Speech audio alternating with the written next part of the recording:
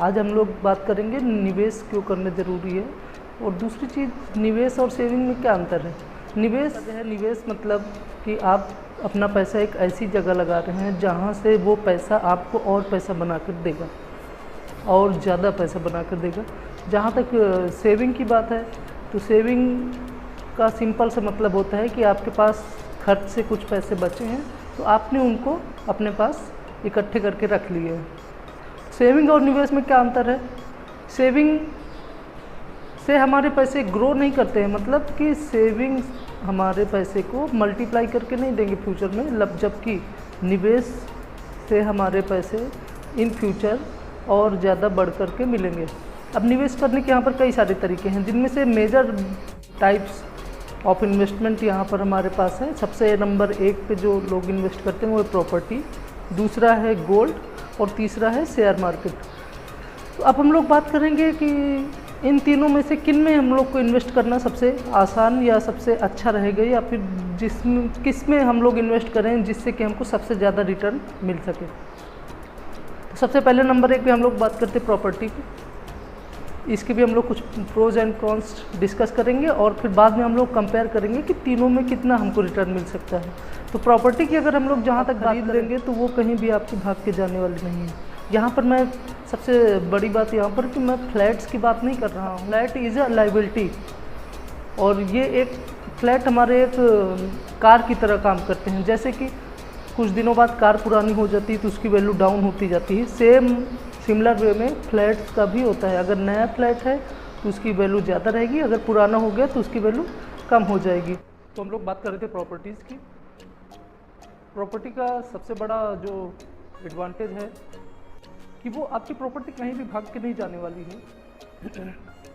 Advantage number 2 कि आपकी property आप अगर आज यूज करना चाहें तो यूज कर सकते हैं, अदरवाइज आपके बच्चे फिर उनके बच्चे बच्चों के बच्चे आप, यानी कि ये पुश्तैनी तरीके से हम लोग इसका इस्तेमाल कर सकते हैं। तीसरी चीज़, प्रॉपर्टी की वैल्यू हमारी बढ़ सकती है ईयर ऑन ईयर, लेकिन ये सारी चीज़ें भी डिपेंड करेंगी कि वो प्रॉपर्टी आपकी कहाँ किस प्लेस पे है या फिर जोग्राफिकल लोकेशन क्या है उसकी। जैसे कि अगर मान लीजिए आपकी प्रॉपर्टी हाईवे पे आ गई तो उसका एक आपको अच्छा रिटर्न मिल सकता है, आपको एक अच्छा पैसा प्राइस मिल सकता है। हो सकता है कि वो साल 2 साल में ही ज़्यादा पैसा आपको बना कर दे दे। और अगर आपकी प्रॉपर्टी एक ऐसे गांव में या कस्बे में है जिसमें कि ग्रोथ की कोई गुंजाइश नहीं है, अगर आपकी प्रॉपर्टी गांव में है तो उसकी वैल्यू तो नहीं बढ़ेगी, लेकिन हाँ ये है कि आपका पैसा एक तरह से इन्वेस्ट हो जाएगा और हाँ कुछ ना कुछ तो बढ़ेगा ही टाइम ड्यू टू इन्फ्लेशन। तो हमने अभी तक 3 इसके रोज काउंट कर लिए। सबसे नंबर 1 कि इसकी वैल्यू डे बाय डे बढ़नी है। नंबर 2 ये पुश्तैनी तरीके से मानी जाती, पुश्तैनी एक तरह से ये निवेश का तरीका है।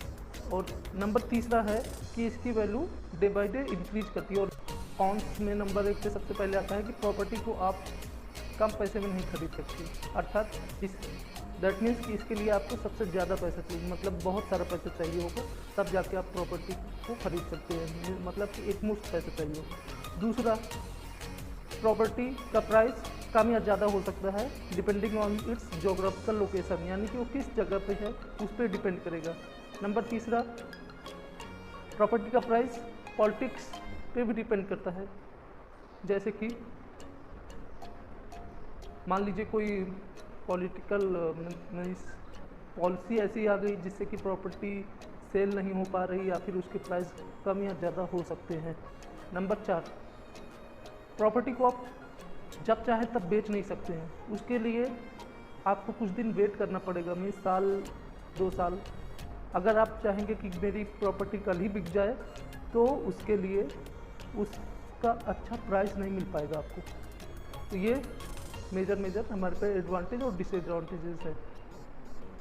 अब हम बात करेंगे गोल्ड की। तो गोल्ड भी एक ट्रेडिशनल वे ऑफ इन्वेस्टमेंट है, यानी कि ये पुश्तैनी तरीके से चला आ रहा है। जब हमारे पास पैसा भी नहीं था, आप लोग देख रहे होंगे कि जब राजा महाराजा हुआ करते थे तो उन लोगों के पास भी गोल्ड के कॉइन्स चलते थे। लोग गोल्ड में इन्वेस्टमेंट आज से नहीं कर रहे हैं, वो हज़ारों सालों से गोल्ड में इन्वेस्टमेंट चला आ रहा है। गोल्ड में इन्वेस्टमेंट एक अच्छा आइडिया है और इससे अच्छा खासा रिटर्न भी हम लोग को मिल जाता है। गोल्ड में इन्वेस्ट करने के क्या क्या मतलब हमारे पास कौन से या फिर इसकी क्या क्या खामियां हैं। सबसे पहला नंबर एक, गोल्ड में इन्वेस्ट करने के लिए आपको बहुत सारा पैसा चाहिए होगा। शेयर मार्केट में इन्वेस्ट करने के क्या क्या फ़ायदे और क्या क्या कमियाँ हो सकती हैं। नंबर एक फ़ायदा, शेयर में आप कम पैसे से भी इन्वेस्ट कर सकते हैं। नंबर दो, शेयर मार्केट आपको लॉन्ग टर्म में एक अच्छी खासा वेल्थ क्रिएट करके दे सकता है। नंबर तीन, शेयर मार्केट से आप कम समय में ज़्यादा पैसा अर्न कर सकते हैं। अब इसके कॉन्स क्या हैं। नंबर एक, शेयर मार्केट में आप कम समय के लिए पैसा नहीं निवेश कर सकते। तो हम लोग बात करेंगे आज गोल्ड, प्रॉपर्टीज़ और शेयर मार्केट से हम लोग को कितना कितना रिटर्न मिल सकता है। अगर हम लोग सबसे पहले बात करें प्रॉपर्टीज़ की, तो प्रॉपर्टीज़ से हम लोग को on an average year on year लगभग 12 से 15% का रिटर्न मिल सकता है। वो डिपेंड करेगा कि आपका प्रॉपर्टी किस लोकेशन पे है। दूसरे नंबर पे गोल्ड आता है, जिससे कि ऑन एन एवरेज अगर हम लोग पास्ट ईयर रिटर्न्स देखें तो ऑन एन एवरेज इसने हमको 10 से 12% का रिटर्न, एनुअलाइज रिटर्न दिया हुआ है। और अगर शेयर मार्केट की बात करें तो आपने अगर अच्छा इन्वेस्टमेंट किया तो वो +20% से लेकर के -20% तक का आपको रिटर्न दे सकता है। यहीं पर अगर हम लोग इंडेक्स की बात करें, दैट मीन्स निफ्टी 50 या फिर सेंसेक्स की, तो इसने हमको अप्रॉक्सीमेट 17% का रिटर्न दे रखा है। हेलो दोस्तों, तो अगर आपको ये मेरा प्रयास अच्छा लग रहा है तो please like, share and subscribe निवेश प्लस चैनल।